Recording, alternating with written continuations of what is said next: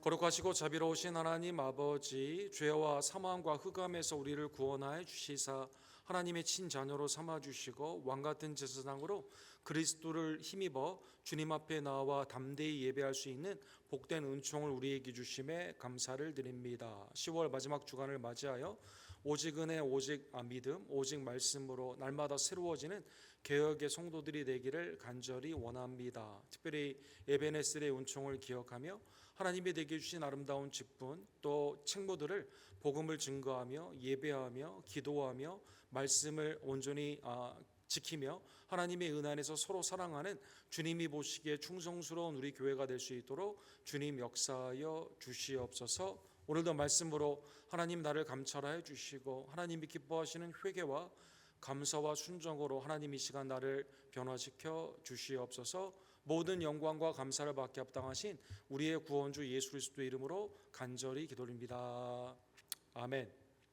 하나님의 은혜의 말씀, 오늘 유다 왕 아사랴 열왕기하 15장 1절에서 7절, 열왕기하 강의 18번째 시간, 우리 한 절씩 함께 교독합시다. 이스라엘 왕 여로보암 제27년에 유다 왕 아마샤의 아들 아사랴가 왕이 되니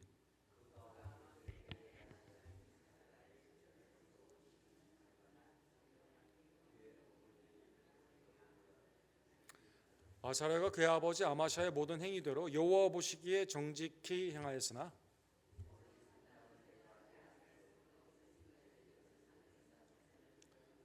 여호와께서 왕을 치셨으므로 그가 죽는 날까지 나병 환자가 되어 별궁에 거하고 왕자 요담이 왕궁을 다스리며 그 땅의 백성을 치리하였더라.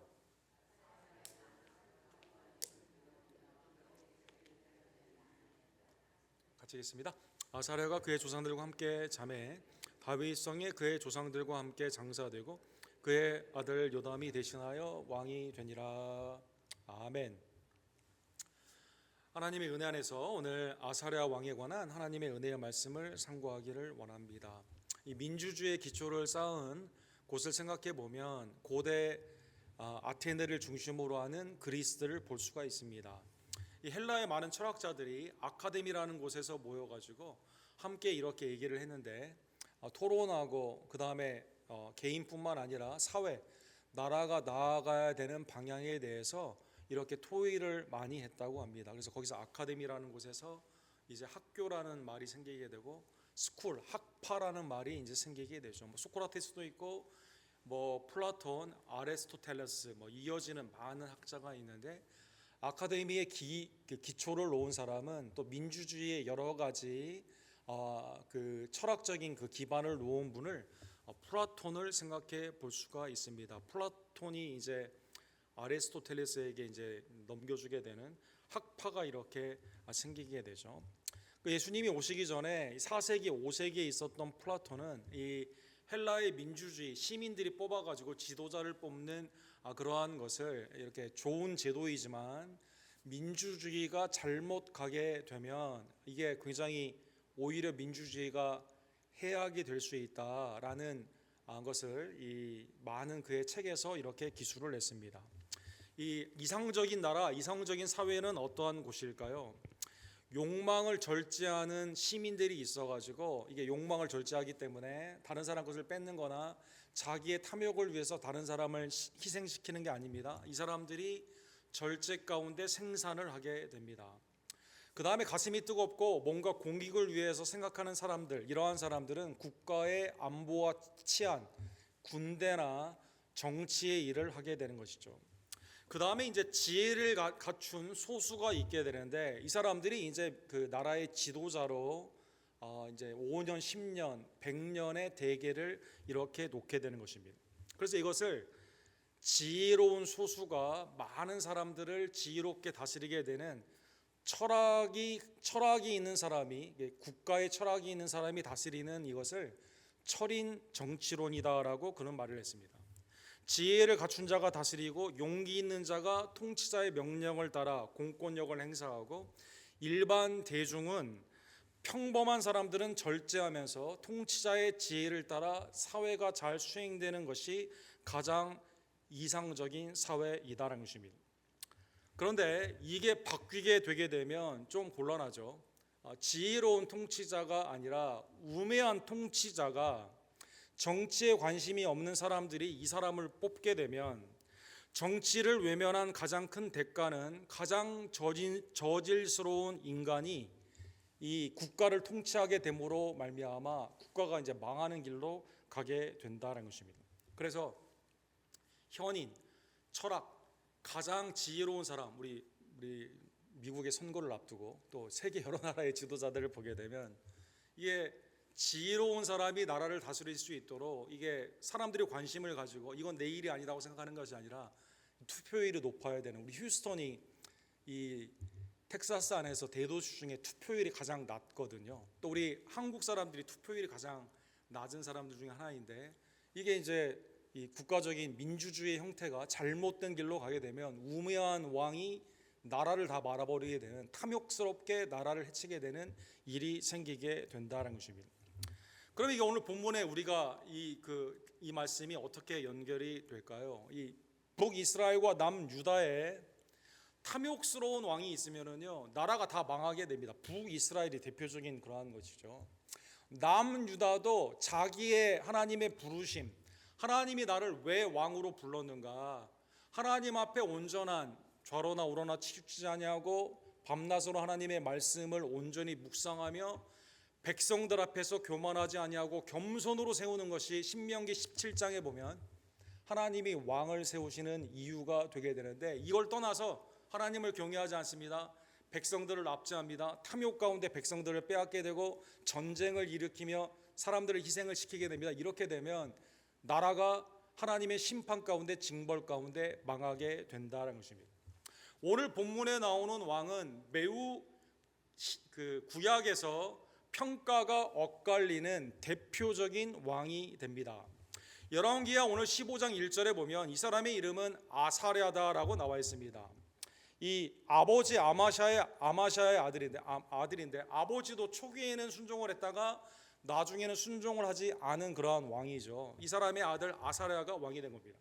아사랴라는 왕은 우리에게 많이 이게 익숙하진 않은데 역대하를 보게 되면 이 사람의 이름이 우시야다라고 이렇게 나와 있습니다. 아사랴가 우시야, 히브리의 모음이 바뀌게 됨으로 말미암아 두 가지의 똑같은 이름이 되게 되는데 아마 별칭으로도 사람들이 발음하는 것에 따라 이 두 가지의 이름을 가졌는데 이 사람의 이름은 우시야다라고 이렇게 나와 있습니다. 역대하 26장에 보면 온 유다 온 백성이 나이가 16세 된 우시야를 세워 그의 아버지 아마샤를 대신하여 왕으로 삼으니 아마샤 왕이 그의 열조들의 묘실에 누운 후에 우시야가 엘롯을 건축하여 유다에 돌렸더라.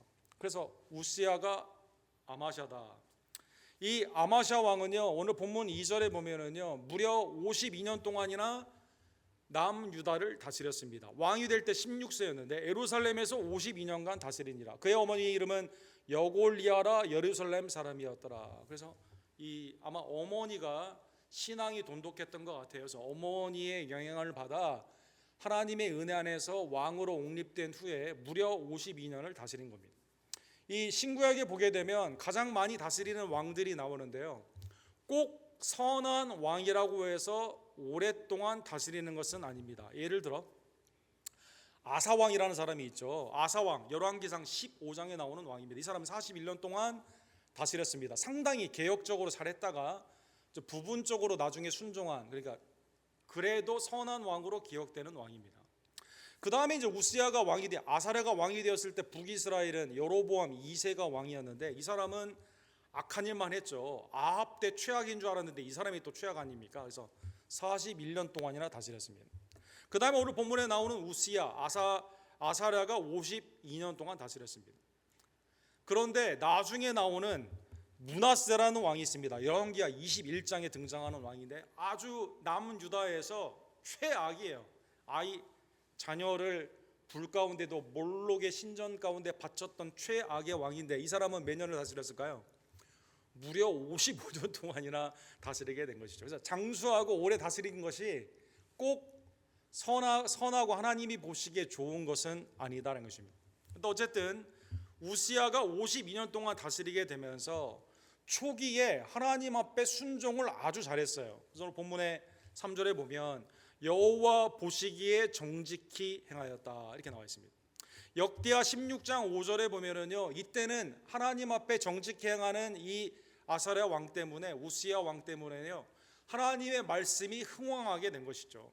그래서 역대하 16장 5절에 보면 하나님의 묵시를 밝히 하는 스가랴가 사는 날에 하나님을 찾았고 그가 여호와를 찾을 동안에는 하나님이 형통하게 하였더라. 아마 선지자 하나님의 묵시를 잘 알고 계시의 말씀을 이 왕 우시야 왕에게 주오느라고 믿음으로 이끌었던 이 선지자가 있었을 때 이 그 구약 책을 썼던 스가랴와는 동명이인이에요. 같은 사람은 아닙니다. 어쨌든 이 사람이 하나님의 말씀을 이렇게 증거하게 되면서 이걸 다 순종을 하면서 백성들이 이 가운데 이걸 하게 되면서요, 하나님의 말씀이 흥왕을 하고 하나님의 은혜 안에서 말씀이 충만함으로 말미암아 평강이 임하게 된 것이죠. 하나님은 우시야의 당시에, 아사랴 왕 당시에, 그래서 순종 가운데 하나님의 말씀이 흥왕케 되니까요, 굉장히 큰 축복을 허락하여 주시게 됩니다. 역대하 26장, 하자가 빠졌네. 역대하 26장 7절에서 11절에 보면 하나님이 그를 도우사, 그래서 하나님의 은혜 안에서 형통케 됨으로 말미암아 이 서쪽에 있는 블레셋의 성들을 이 가운데 다 차지하게 됩니다. 26장 6절에 보면 이렇게 되어 있습니다. 우시야가 나가서 블레셋 사람들과 싸우고 가드 성벽과 아브네 성벽과 아스돗 성벽을 헐고 아스돗 땅과 블레셋 사람들 가운데 성읍을 건축하매. 아니, 그 블레셋의 5대 도시 국가들이 있잖아요. 이 중에 대부분을요, 우시야 때 다 가서 정복을 한 거죠. 다윗도 하지 못했던, 다 정복하지 못했던 그러한 것인데 하나님이 그를 도우사 여기를 다 이렇게 차지하게 되는 것입니다. 그 다음에 7절에 보면 블레셋 사람뿐만 아닙니다. 구르바알에 거주하는 아라비아 사람들, 남쪽에 있는 아라비아에 있는 사람들까지도 거기에 아마 연합을 해서 있었던 것 같아요. 거기를 다, 사람들을 다 치게 하게 되는 것이죠. 그뿐이 아닙니다. 암몬, 동쪽 아래이죠. 그 다음에 애굽까지 다 영향력을 끼침으로 말미암아 그 나라가 다 어떻게 합니까? 그러니까 서쪽, 동남쪽, 그 다음에 서쪽의 끝 이집트까지 다 조공을 바치게 되는 것이죠. 예루살렘의 성들은 든든히 서가게 됩니다.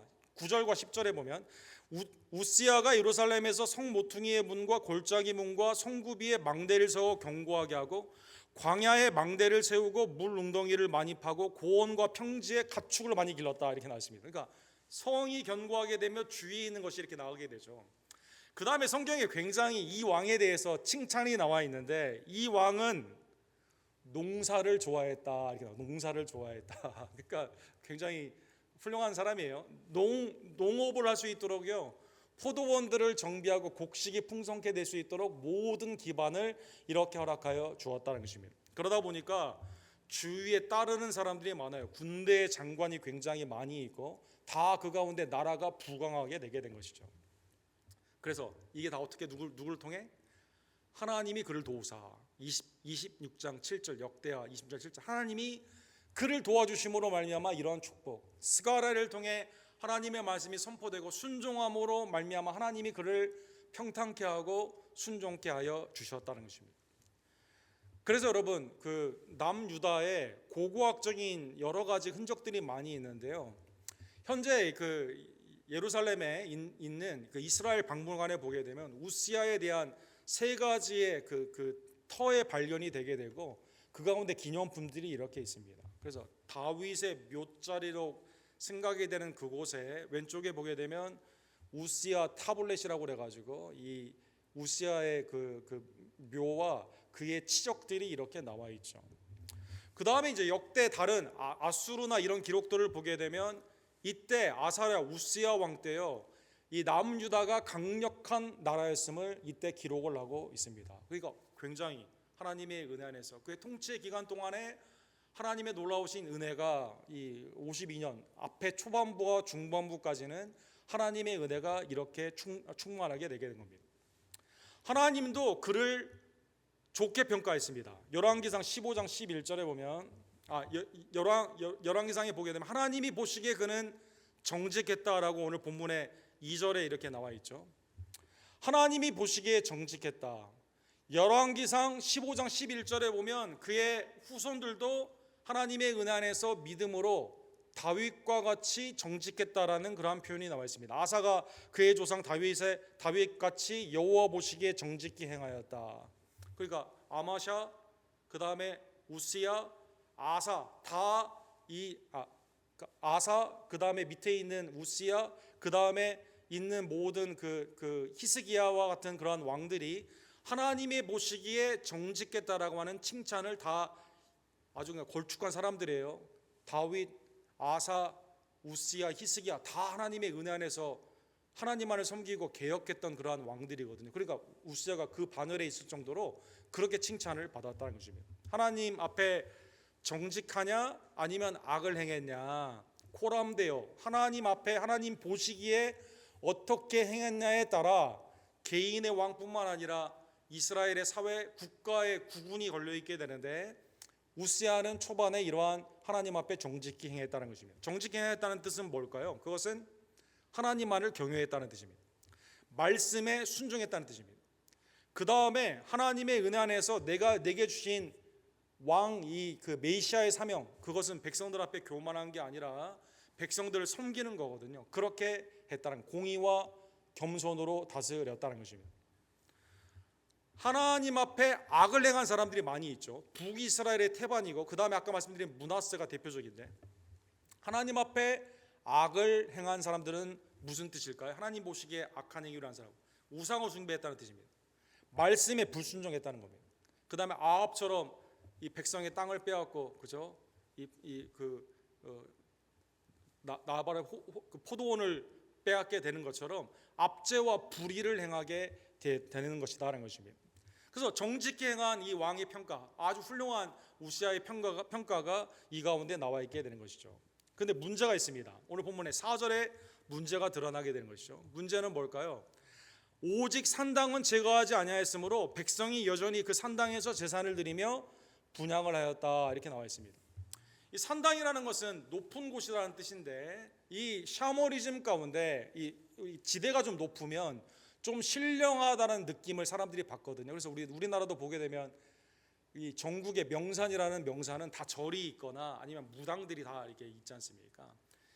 그래서 하나님께서요, 가나안 땅에 갔을 때요, 산당에서 예배하지 말고 내가 정해준 곳에서 예배를 하라라고 말씀하여 주십니다. 신명기 12장 13절과 14절에 보면, 너는 삼가 내게 보이는 아무 곳에서나 번제를 드리지 말고 내가 너희 한 지파 중에 여호와께서 택하실 그곳에서 번제를 드려라, 이렇게 나와 있습니다.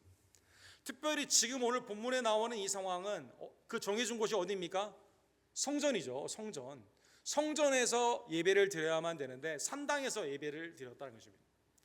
그 산당 중에 대표적인 높은 산들에 있는 산당들의 흔적들이 지금도 많이 있는데, 이스라엘의 국립공원으로 문화재로 지정되어 있는 묵기도라는 언덕이 있죠. 여기에 대표적인 산당이 있었다고 합니다. 지금도 이렇게 보면, 그러니까 좀 그냥 우리가 조감도로 보더라도 여기 보니까 가고 싶으세요, 안 가고 싶으세요?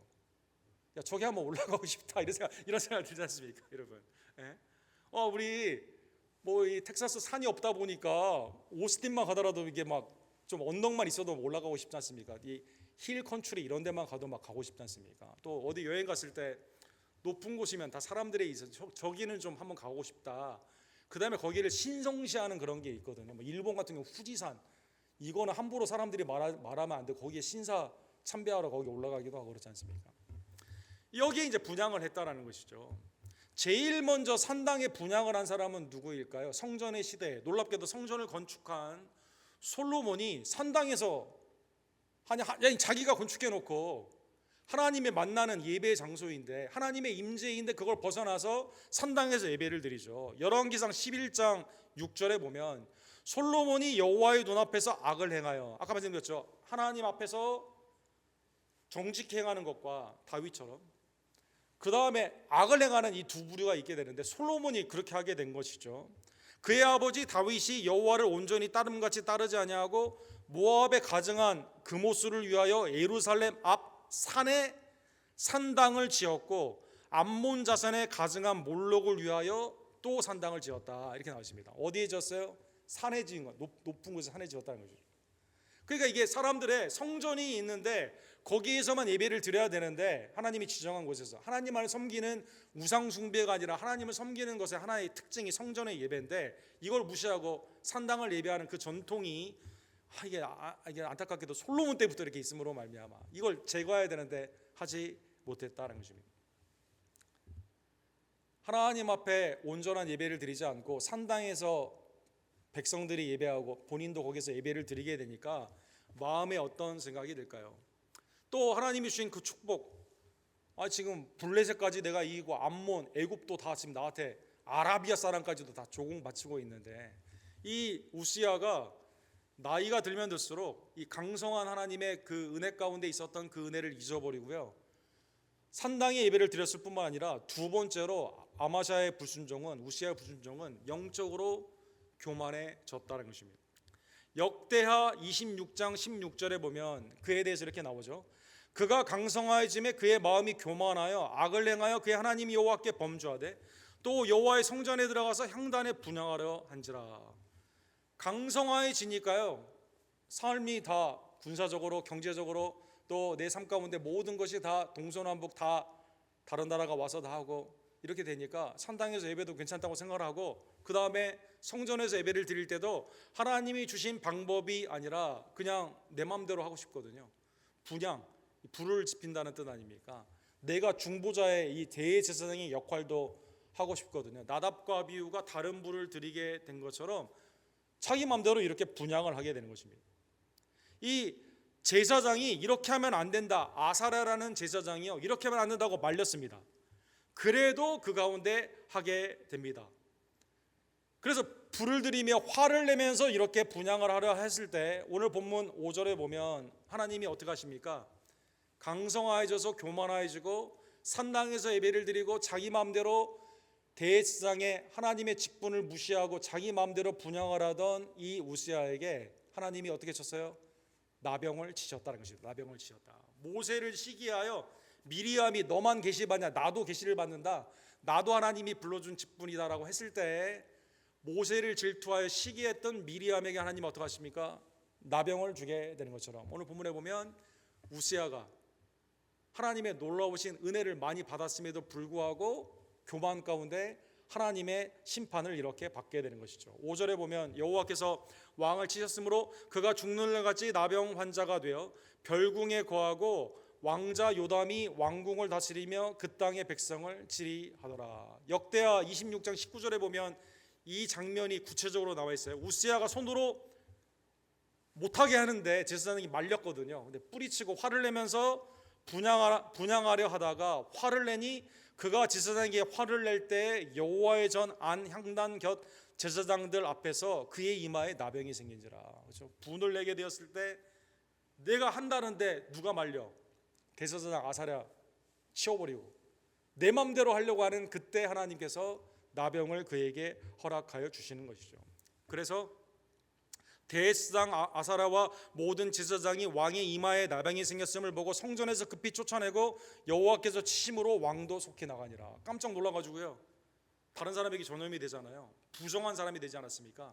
성전에서 다른 것으로 이렇게 몰아나게 되는 것이죠. 자, 그러면 그렇게 처음에 영어로웠다가 52년 동안 통치를 했는데 말년에 아들이 통치를 하게 되고 나병이니까 사람들 앞에 나가지도 못하고 예배도 못 드리게 돼요. 그러다가 죽게 되었습니다.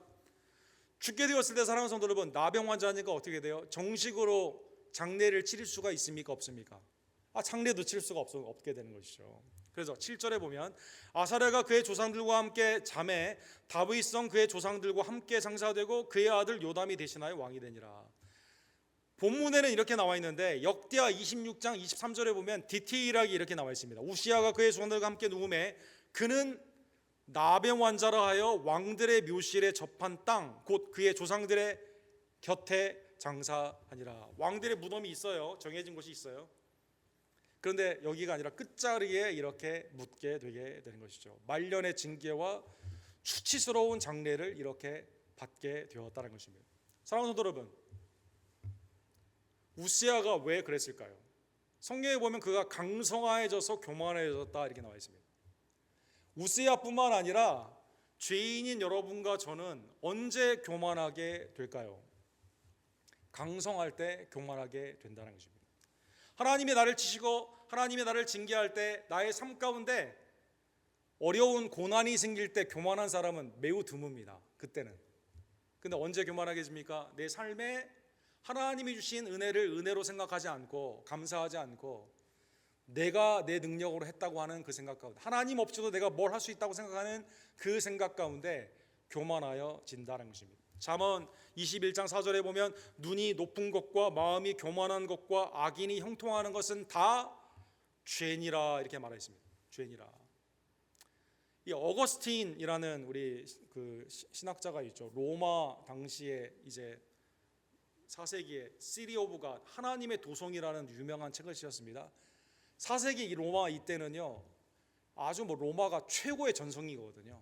또 콘스탄틴으로 말미암아 로마가 국교가 되면서 이제 출세를 하기를 위해서는요 교회에 나와야 돼요. 교회에서 출생 증서가 있고 교회에서 결혼을 해야만 관직이나 이 삶 가운데 모든 걸 할 수가 있습니다. 교회가 신정 정치 가운데 이렇게 붙게 됨으로 말미암아 참 신앙과 아닌 사람이 구별이 굉장히 어렵게 됩니다.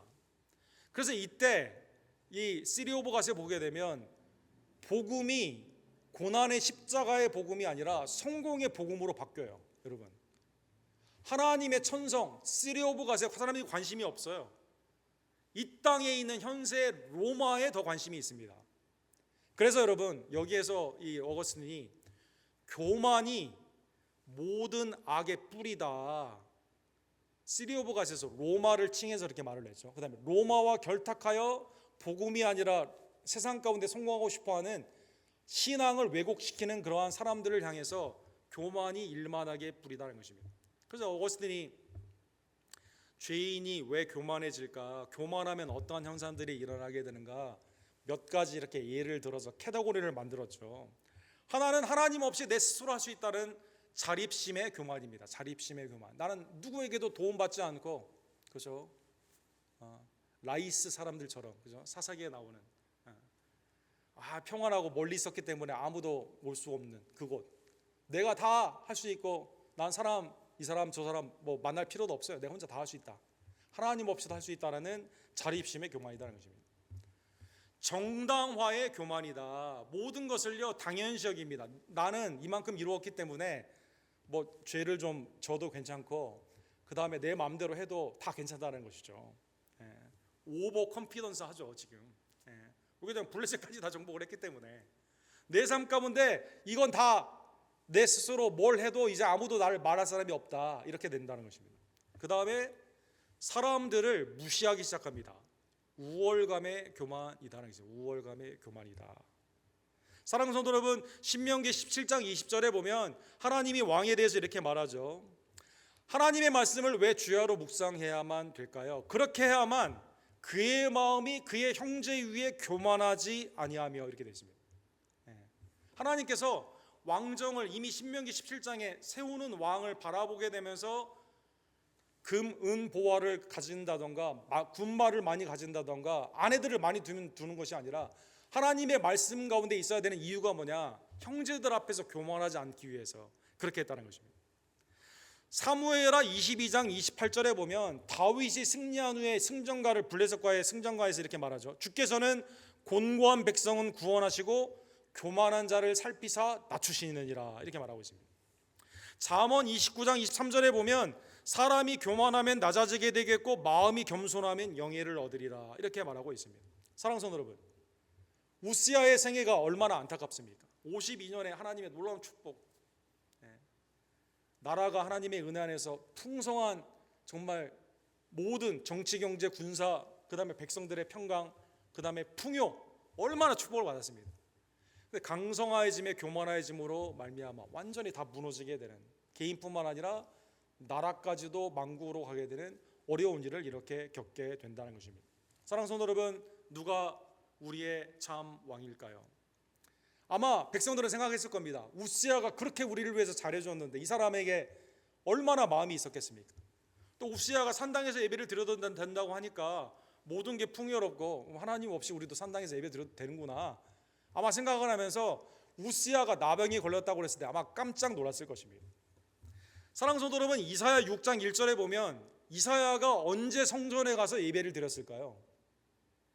이사야의 부르심이 언제 있었을까요? 놀랍게도 이사야 6장 1절에 보면 우시야 왕이 죽던 해에 내가 본즉 이렇게 되어 있습니다.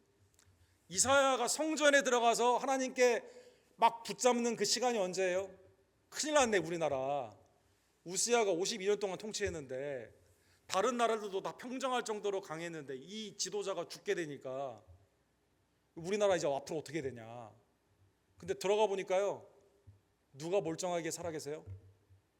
하나님이 그 가운데 성전에 계신 거예요, 여러분. 사랑하는 여러분.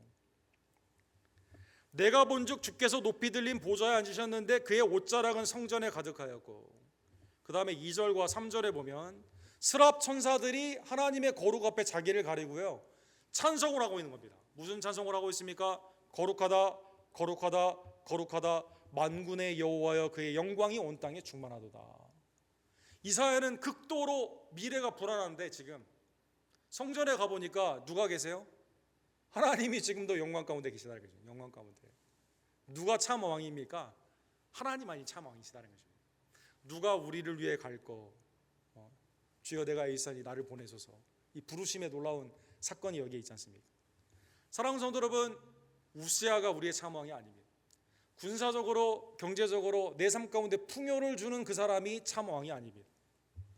사랑하는 성도 여러분, 예수 그리스도는 이 땅에 하늘 보좌를 버리시고 겸손으로 이 땅에 오셨습니다. 스가랴 9장 9절에 보면 시온에 따라 크게 기뻐할지어다 예루살렘에 따라 즐거이 부를지어다. 그 다음 우리 다 같이 읽도록 하겠습니다. 보라 내 왕이 내게 임하시나니 그는 공의로우시며 구원을 베푸시며 겸손하여서 나귀를 다시나니 나귀의 작은 것 곧 나귀 새끼니라. 왕이 예루살렘 하나님의 은혜 가운데 우리에게 임하게 되는데, 스가랴는 이제 남유다가 멸망하는 직전에 있는 거의 마지막 그 구약책 아닙니까? 지금 하나님의 은혜 안에서 소망의 소식이 있는데요, 하나님이 우리에게 주시는 참 왕이 있는데 그 왕은 어떠한 왕이에요? 나귀의 새끼를 다시는 공의로우시고 구원하시며 겸손으로 우리 가운데 오시는 왕이다라는 것입니다. 예수님은 이 말씀을 의지하여 성취로 예루살렘에 호산나 찬양을 받으시고 나귀를 타고 들어가시죠. 마태복음 11장 29절에 보면 수고하고 무거운 짐진 자들아 다 내게로 오라. 그렇죠? 내가 너희를 쉬게 하리라. 나는 마음이 온유하고 겸손하니 나의 멍에를 메고 내게 배우라. 그리하면 너희 마음이 쉼을 얻으리니 이는 내 멍에는 쉽고 내 짐은 가벼움이라 하시니라. 주님한테 가게 되면 여러분과 제가 뭘 배운다고요? 오늘 본문 온유하고 겸손을 배우게 된다.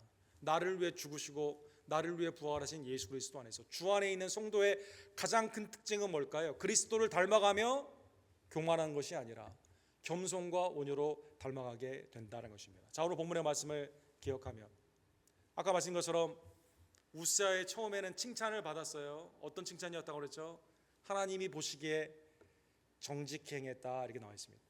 다윗도 그 칭찬을 받았고 아마샤도 받았고 아사왕도 받았고 히스기야도 받았고, 하나님의 은혜 안에서 순종케 되었을 때 하나님이 그 나라와 그 백성들을 축복하여 주시고 하나님의 놀라운 종으로 사용을 하셨습니다. 사랑하는 성도 여러분, 하나님이 보시기에 좋은 성도는 누구일까요? 창세기 1장에 보면 하나님의 보시기에 좋았다라는 말씀이 처음부터 계속 나오죠. 창조하신 하나님이요, 첫째 날부터 심지어 안식일까지 다 하나님의 보시기에 좋았다는 것입니다. 하나님이 지으신 모든 것을 보시니 창세기 1장 31절에 보면 보시기에 심히 좋았더라. 저녁이 되고 아침이 되니 이는 여섯째 날이니라. 하나님이 보시기에 심히 좋았던, 다 좋은데 심히 좋았던 사람은 누구예요? 아담과 하와죠. 아담과 하와. 하나님의 형상과 모양으로 창조된 여러분과 제가 하나님의 창조의 목적, 구원의 목적에 합당하게 되었을 때 하나님이 여러분과 저를 보시기에 기뻐하시고 심히 좋다라고 칭찬하여 주신다는 것입니다. 신명기 6장 18절과 19절에 보면 하나님 앞에 하나님이 보시기에 정직히 행하는 자를 하나님은 축복하여 주시게 됩니다. 창조의 목적, 구원의 목적, 교만하지 아니하고 겸손하며 하나님만을 섬기고 겸손 가운데 하나님의 뜻을 순종하는 자를 구약에서는 왕뿐만 아니라 신약에 있는 여러분과 저 왕 같은 제사장들에게 하나님은 축복하여 주신다는 것입니다. 신명기 6장 18절과 19절 우리 마지막으로 읽고 마치도록 하겠습니다. 여호와께서 보시기에 정직하고 선량한 일을 행하라. 그리하면 내가 복을 받고 그 땅에 들어가서 여호와께서 모든 대적을 내 앞에서 쫓아내시겠다고 내 조상에게 맹세하신 아름다운 땅을 차지하리니 여호와의 말씀과 같으니라. 하나님 앞에 하나님이 보시기에 정직하고 선한 일을 행하는 자를 하나님이 축복하여 주시고, 그거는 하나님만을 섬기는 겁니다. 내 마음이 교만하지 아니하고 하나님의 은혜 안에서 순종 가운데 겸손으로 주의 일을 행하는 것입니다. 그리고 우리의 왕은 누구라고요? 참왕 되신 예수 그리스도를 온전히 섬기며 그의 왕 되심을 증거하신 것임을 다시 한번 깨달으며, 이러한 자에게 주시는 복이 오늘 수요일에 나온 모든 지체들의 순종 가운데 겸손의 아름다운 사역 가운데 충만하기를 간절히 원합니다. 기도합시다. 사랑과 자비가 풍성하신 하나님 아버지, 우리 열왕기 상하를 통해서 지도자의 삶이 얼마나 중요한 것인가를 깨닫게 해주심에 진심으로 감사를 드립니다. 신약의 왕같은 세상으로 우리가 구원받은 우리들이 하나님의 창조와 구원의 목적답게 하나님이 보시기에 심히 정직하고 선하고 아름다운 성도의 삶이 되기를 간절히 원합니다. 그것은 하나님만을 경외하는 것이며 그리스도를 참왕으로 섬기는 것이며 세상 가운데 주님의 말씀에 순종하고 그리스도를 증거하는 것임을 다시 한번 깨닫게 해주심에 진심으로 감사를 드립니다. 우리의 무겁고 수고한 모든 짐을 주님 앞에 내려놓고 오직 겸손과 하나님의 은혜의 온유함으로 예수 그리스도를 닮아가며 주님이 우리의 참 왕되심을 온전히 백성답게 순종으로 나타내며 세상 가운데 증거하는, 그러므로 말미암아 우리의 삶에 하나님만이 주시는 평강과 평탄함이 넘치는 하나님의 은혜의 복을 누리는 복된 백성들 될 수 있도록 주님 역사하여 주시옵소서. 예수 그리스도의 이름으로 간절히 기도드립니다. 아멘.